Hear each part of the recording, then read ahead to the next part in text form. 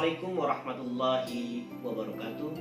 Selamat datang di channel Islamic Parenting bersama Kang Elvan. Ayah, bunda, dan sahabat aku. Ketika kita berada di tempat ramai bersama anak kita dan anak kita menginginkan suatu barang dan kita tahu bahwa barang itu tidak bermanfaat, bahkan mungkin dapat membahayakan bagi anak. Tentunya kita tidak akan memenuhi keinginan anak.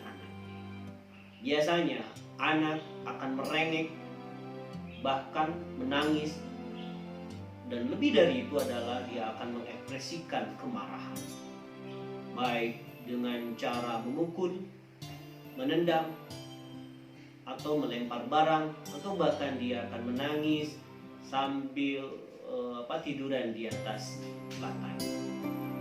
Ayah, bunda, dan sahabat aku, ketika anak marah, maka biasanya ada dua hal yang dilakukan oleh orang tua.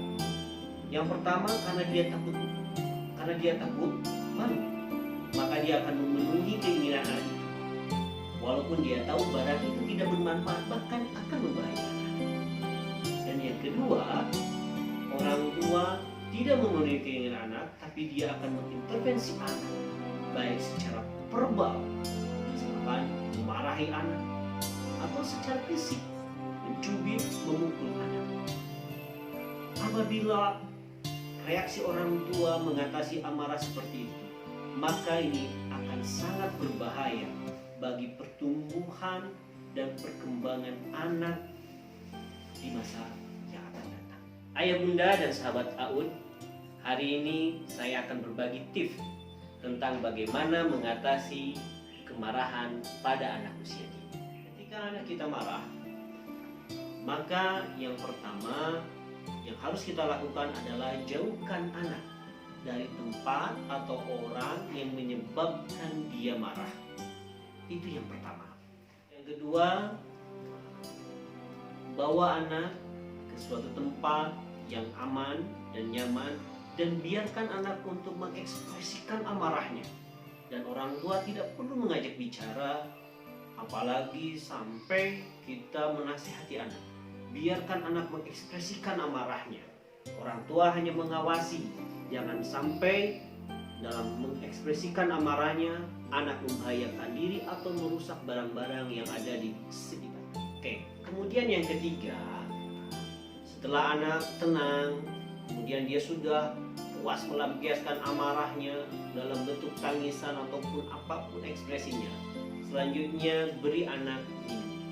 Karena dengan minum akan menyejukkan, akan mendinginkan suhu badan yang meningkat karena amarah.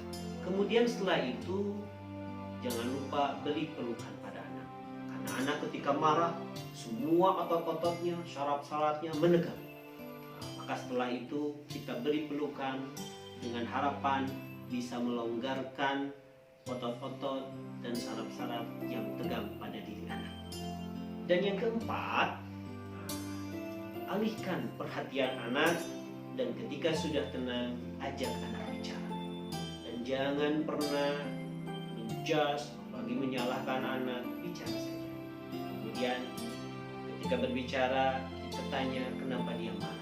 Dari situlah kita akan mengarahkan apa yang harus dilakukan anak ketika dia mendapatkan situasi kondisi yang membuat dia marah. Ayah, bunda, dan sahabat Aun, demikian tip dari saya bagaimana mengatasi amarah pada anak usia dini dan juga mengatasi amarah pada diri kita, belajar dari anak usia dini.